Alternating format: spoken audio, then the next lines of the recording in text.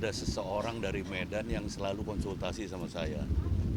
Namanya Yoga Pratama. Dia selalu bilang, saya yoga Om, saya yoga Pak De. Nanya-nanya soal stand up. Dan akhirnya setahun atau 2 tahun kemudian ketika Babe Cawita masuk suci, saya masih belum tahu.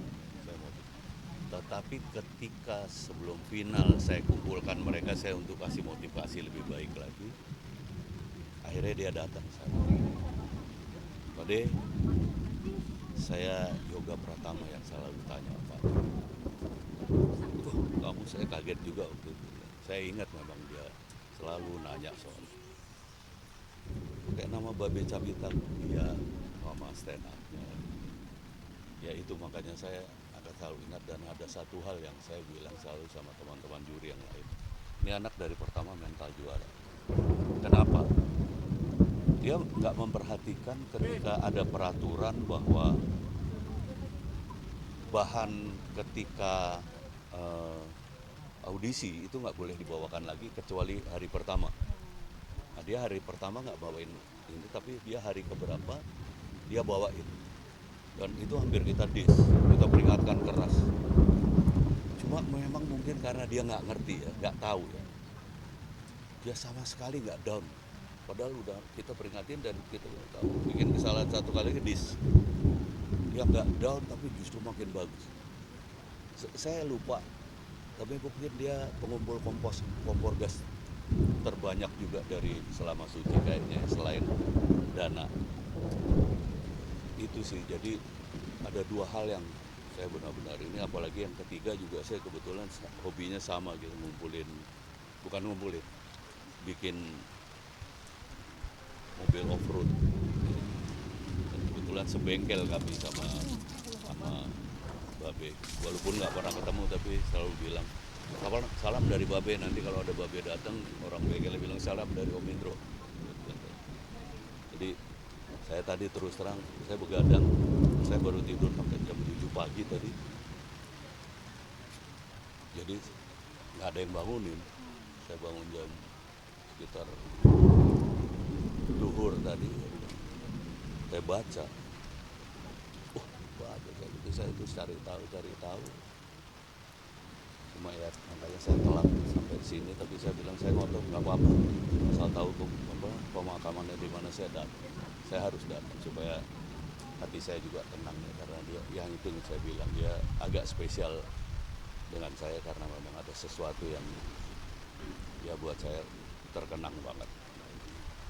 Jadi salah satu suka orang yang banyak belajar ya, maupun fokus ke apapun itu. Iya, tapi kalau saya boleh tambahkan, kalau anak-anak suci itu pasti orang-orang yang senang belajar. Ada salah satu bintang BT itu dia udah profesional, dia udah dibayar untuk show, tapi dia ikut suci. Kenapa? Dia bilang bahwa saya mau cari ilmu. Jadi memang insya Allah kalau anak-anak suci semua orang-orang yang pasti akan belajar.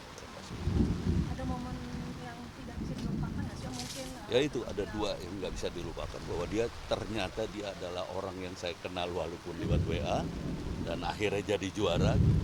Dan yang kedua ketika saya tegur, saya kebetulan ini ketua Dewan Juri, juri utama, saya tegur keras banget, itu pun karena saya ngelihat dia nggak ngerti betul peraturannya kayak gitu. Oke, kita kasih kamu, ya, seharusnya kamu saya dis. Terus setelah itu dia kuat banget gitu. Saya bilang nih anak mental juara nih anak. Saya udah bilang duluan sama teman-teman, dia nih kayaknya mentalnya mental hebat ya, mentalnya harus saya akui. Mungkin dari semua teman-teman suci walaupun pemenangnya gitu yang mentalnya paling kuat dia kan. Saya baru sekali sih bilang sama Panji segala, ini anak mental juara sih. Baru itu sih saya ngomong.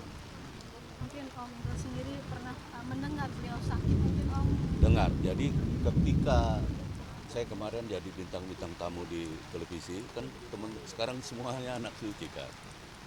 Itu teman-teman udah bilang, terutama Oki Rengga karena mungkin sesama dari Medan ya. Ade, udah dengar kan? Kami biasanya kalau sama teman-teman Medan tuh selalu berlogat Medan kan. Aku juga. Saya pernah beberapa kali di Medan. Bre, udah dengar kawan. Aku dengar sakit tapi nggak tahu aku sakit apa. Aduh mah. Saya nggak tahu kenapa ya, saya trauma dengan kanker berat kayak Mas Kasino, Mas Dono, istrinya Mas Dono, istri saya, mertua saya. Sekeliling saya kanker dan saya sekarang di Yayasan Kanker Kita Kuning. Merawat anak-anak nggak mampu yang menderita kanker. Jadi saya kalau udah dengar kanker itu saya Aku tahu tadi pada saat kamu lihat tegur Babe dengan nilai metal kuat, respon Babe pada saat dia oh saya nggak tegur di maksudnya saya tegur ya itu dia Pak De mohon maaf saya nggak tahu gitu tapi tenang betul dia tenang. Seharusnya didis tapi waktu itu saya yang bilang kayaknya dia nggak tahu beneran nih, udah biarin nih. Saya peringatan keras saja ini, tapi kamu melakukan ini satu kali atau kamu menurun selesai kan enggak makin gila gitu. gak mental blok gitu ya Pak De ya. Makanya saya langsung bilang sama Panji, saya kalau nggak salah pertama ngomong sama Panji, waktu itu belum ada calon kan. Ini anak mental juara nih, saya ngomong kayak gitu. Dan ternyata betul dia juara 1 di Suci 3. Itu aja sih. Ya pastinya saya berdoa semoga. Pertama mungkin saya harus bersaksi bahwa dia orang baik. Saya bersaksi sekali lagi dia orang baik.